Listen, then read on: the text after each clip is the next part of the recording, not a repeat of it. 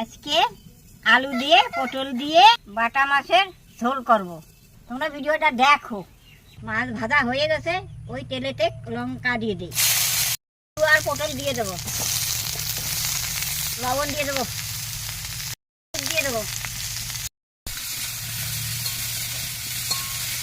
আমার ভাজা হয়ে গেছে, জল দিয়ে দেবো,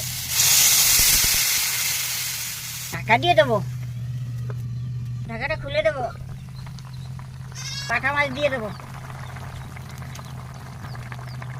নামিয়ে নেই, সোমবার দেবো,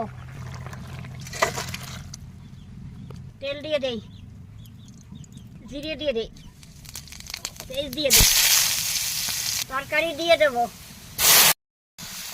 তরকারি হয়ে গেছে, নামিয়ে নেব।